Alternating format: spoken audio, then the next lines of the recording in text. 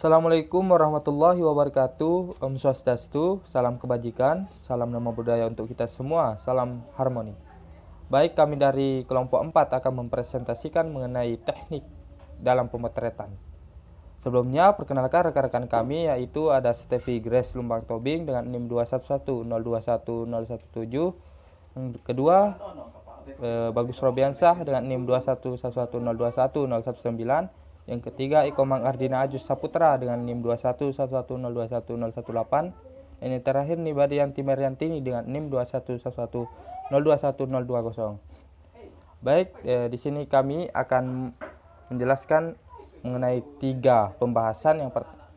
Pembahasan yang pertama mengenai sikap dasar dalam pemotretan, yang kedua teknik-teknik dalam pemotretan objek, yang terakhir beberapa saran pemotretan objek. Dan selanjutnya akan dilanjuti oleh pemaparan yang pertama. Terima kasih. Baik, terima kasih atas waktu yang telah diberikan kepada saya. Jadi saya di sini akan memaparkan materi tentang sikap dasar dalam pemotretan. Sikap dasar dalam pemotretan menjadi salah satu hal yang penting untuk diperhatikan bagi pemotretan pemula. Ada beberapa sikap yang perlu diperhatikan terkait pemotretan adalah sebagai berikut. Yang pertama adalah cara memegang kamera. Kamera dibuat sedemikian rupa sehingga mudah dikendalikan oleh tangan dan jari-jari tertentu. Tombol pelepas rana yang sangat menentukan fungsinya dalam melepaskan tembakan. Benar-benar seperti pelatuk senjata api yang ditempatkan sedemikian rupa supaya mudah dicapai oleh jari telunjuk. Nah, tindakan yang perlu dilakukan dapat disamakan dengan tindakan menembak dengan senjata api. Jika objek sudah ditemukan, kemudian kita mengintai lewat bidikan dan tangan kanan memegang kamera bagian kanan, sedangkan jari telunjuk meraba tombol pelepas rana tanpa memijitnya. Lalu tangan kiri menahan kamera supaya bobot tidak menyebabkan goncangan jari-jari kiri, khususnya jempol dan telunjuk. Memegang gelang pengatur jarak untuk menajamkan gambarnya. Pada waktu membidik, lewat jendela bidik, kamera ditempelkan di kening untuk mencapai stabilitas sampai pada titik terakhir, dan telunjuk kanan menekan tombol pelepas rana dengan halus untuk mencegah goncangan. Nah, saat ini saya tidak bisa mempraktekannya karena alat yang harus digunakan seperti kamera itu tidak ada saat ini di lokasi saya. Posisi membidik dibagi menjadi tiga. Yang pertama, posisi berdiri. Yang kedua, posisi jongkok. Dan yang ketiga, posisi tiarap. Pengambilan gambar dari sudut kamera. Yang pertama adalah bahasa pengambilan gambar. Seorang fotografer harus mengetahui bahasa pengambilan daerah pemotretan. Bahasa pengambilan gambar sangat penting jika ingin memotret berdasarkan pesanan atau menerjemahkan bahasa visual pada naskah slide. Nah, ada beberapa contoh bahasa pengambilan gambar yang mencakup daerah fokus pemotretan dan subjek foto. Yang pertama ada very long shoot atau extreme shoot. Lalu yang kedua ada long shoot. Yang ketiga ada medium long shoot. Yang keempat ada medium shoot. Yang kelima ada medium close up. Lalu yang keenam ada close up. Yang ketujuh ada extreme close up. Dan yang kedelapan ada big close up. Nah, namun saat ini saya akan mengambil contoh tiga, yaitu close up, long shoot, dan juga medium close up.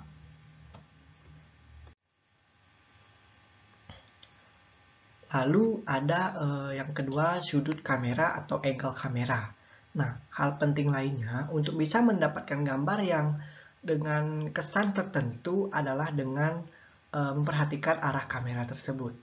Berikut ini ada 3 langkah. Yang pertama akan saya jelaskan adalah bird eye view. Arah kamera yang perumpamaannya pandangan burung yang sedang terbang di angkasa dan melihat ke arah darat. Lalu pengambilan gambar dengan sudut ini mengesankan benda atau subjek di bawahnya terlihat kecil. Untuk memotret pengemis paling tepat dalam menggunakan teknik ini karena akan memberikan kesan yang merendahkan. Lalu yang kedua ada eye level view. Arah kamera yang diatur sejajar dengan arah pandangan mata, tidak dari atas ataupun tidak dari bawah. Teknik ini akan memberikan kesan yang statis biasa saja. Nah, lalu yang ketiga ada tentang low level view, yaitu cara pengambilan foto. Ini biasanya disebut sebagai frog eye, sudut atau kamera atau biasa disebut sebagai pandangan kodok. Nah, dapat dengan cara dibuat dengan cara jongkok atau kamera menengok ke atas.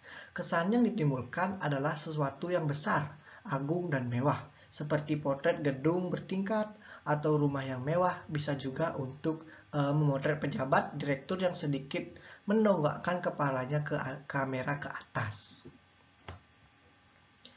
Selanjutnya akan dipaparkan materi oleh rekan saya.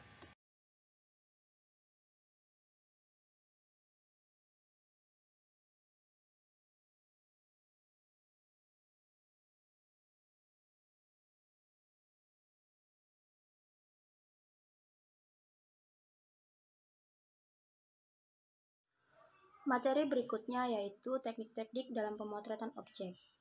Ada beberapa teknik yang bisa kita praktekkan untuk mendapatkan efek yang berbeda, bisa menimbulkan kesan dan berjiwa. Misalnya, kalau Anda ingin memotret motor yang sedang berjalan atau sedang bergerak, kemudian Anda ingin menampilkan kesan gerak pada gambar tersebut, maka buatlah blur pada objek atau latarnya, sehingga kesan geraknya akan lebih jelas. Berikut ini beberapa teknik yang kerap dipakai untuk memberi kesan gerak pada foto. Ada beberapa teknik yang bisa kita praktekkan untuk mendapatkan efek yang berbeda, bisa menimbulkan kesan dan berjiwa. Misalnya, kalau Anda ingin memotret motor yang sedang berjalan atau sedang bergerak, kemudian Anda ingin menampilkan kesan gerak pada gambar tersebut, maka buatlah blur pada objek atau latarnya, sehingga kesan geraknya akan lebih jelas. Berikut ini beberapa teknik yang kerap dipakai untuk memberi kesan gerak pada foto. Yang pertama ada teknik blurring. Dilihat dari asal katanya, yaitu blur, yakni membuat objek menjadi terlihat blur. Misalnya, memotret air terjun dengan kecepatan yang rendah akan memberikan kesan air terjun itu bergerak dengan menghasilkan buih yang menakjubkan, sebagai akibat efek blurnya. Baik, saya akan melanjuti pemaparan dari rekan saya yang sebelumnya mengenai B, teknik panning. Teknik panning adalah teknik yang memberikan kesan gerak pada foto. Yang membedakan antara teknik blurring dengan panning adalah kalau blurring yang paling blur adalah subjeknya, sedangkan latar belakang yang tidak bergerak tetap jelas. Sedangkan teknik panning ini yang mengalami pembluran paling drastis adalah latar belakangnya saja dan objek masih terlihat lebih tajam. Teknik ini adalah teknik yang dikatakan paling sulit dilakukan, karena itu kita harus merencanakan dengan baik dan perbanyak latihan. Adapun caranya adalah kita memotret dengan mengikuti objek itu bergerak. Sebelum itu perlu direncanakan dan dipersiapkan alat pemotretan, posisi untuk fokus pemotretan. Karena subjeknya bergerak, pergunakanlah tripod agar bisa mengatasi goncangan. Baik, itu saja pemaparan dari saya dan selanjutnya akan dilanjuti oleh pemaparan dari rekan saya. Terima kasih. Baik, pada kesempatan kali ini saya akan menjelaskan materi mengenai beberapa saran pemotretan objek, yaitu yang pertama, memotret satu orang atau model.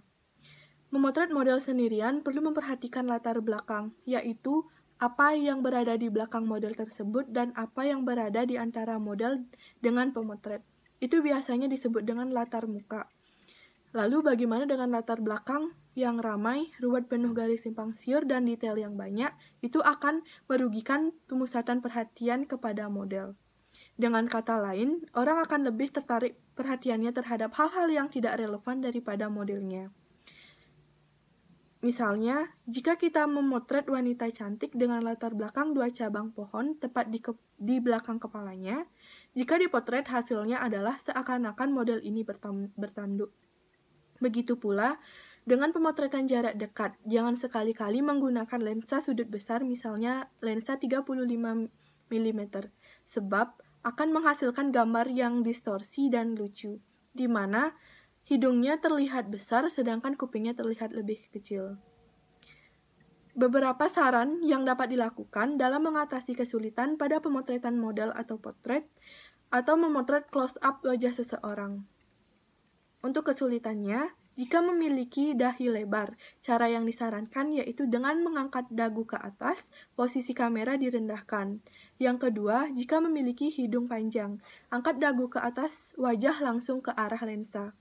Hindarkan cahaya dari atas dan posisi kamera direndahkan. Kemudian yang ketiga, dagu sempit. Angkat dagu ke atas. Kemudian yang keempat, jika botak, rendahkan posisi kamera dan hindarkan cahaya dari atas. Baurkan bagian atas dengan latar belakang yang soft. Kemudian yang kelima yaitu jika memiliki hidung bengkok. Cara yang disarankan yaitu kurangi efek dengan membuat muka menghadap ke lensa. Kemudian yang keenam, muka lebar. Angkat posisi kamera dan palingkan muka. Yang ketujuh, muka berkerut. Gunakan cahaya blur atau soft dan tambahkan lensa dengan filter soft. Buka diafragma dan jangan terlalu kecil atau angka besar. Gunakanlah angka kecil seperti f/11, f/8, f/5,6, dan f/4. Kemudian yang ke-8, jika memiliki wajah cacat, letakkan dalam bayangan atau pergunakan filter soft. Kemudian dalam pengambilannya jangan terlalu dekat atau di zoom. Yang ke-9 yaitu telinga besar. Palingkan muka hingga telinga tersembunyi atau dalam bayangan. Dan yang terakhir yaitu muka terlalu lonjong. Pengambilan angle kamera harus dari atas atau agak ke atas. Kemudian yang kedua yaitu memotret 2 orang. Memotret 2 orang dapat dilakukan dengan berbagai cara. Bila sifat muka dan watak model yang dikemukakan, tentunya kita akan mengatur sedemikian rupa sehingga 2 orang itu merupakan satu kesatuan adegan. Jangan sampai yang satu menoleh ke kanan dan yang lainnya menoleh ke kiri.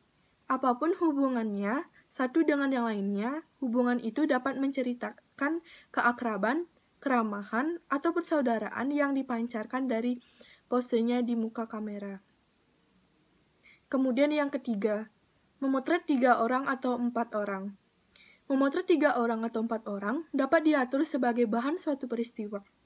Misalnya, bersama-sama mengerjakan suatu pekerjaan, atau seperti gambar, yaitu sedang merayakan hari ulang tahun di mana anak yang berada di tengah-tengah dan sedang menghadap ke kue ulang tahunnya, bahkan bisa juga sedang berdoa. Kemudian yang keempat, memotret keluarga. Potret keluarga biasanya terdiri dari ayah, ibu, dan anak-anaknya dan dapat disusun secara formal maupun informal.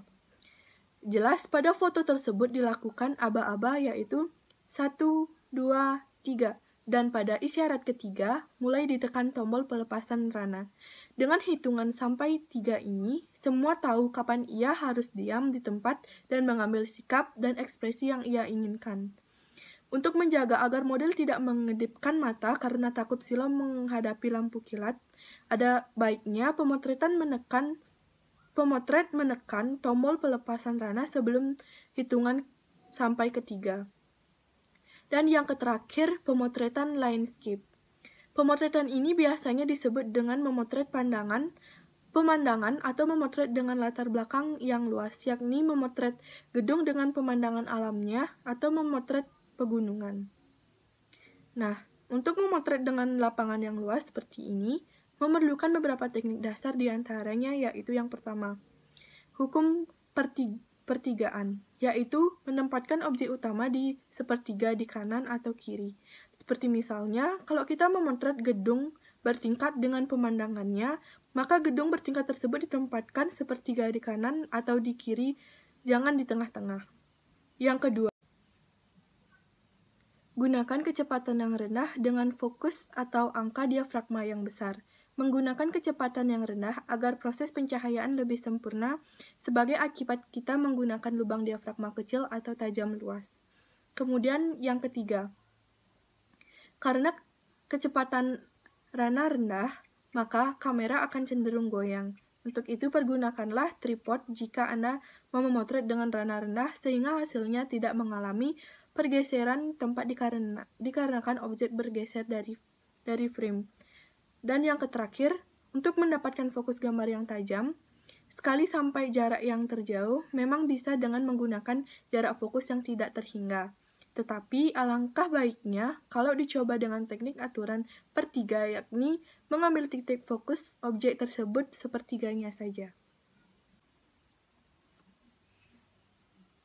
Baik, sekian yang dapat kami sampaikan. Jika ada salah kata-kata, kami mohon maaf yang sebesar-besarnya. Kami tutup dengan Parama Santi. Om Santi Santi Santi Om. Wassalamualaikum warahmatullahi wabarakatuh. Shalom, nama budaya, salam harmoni.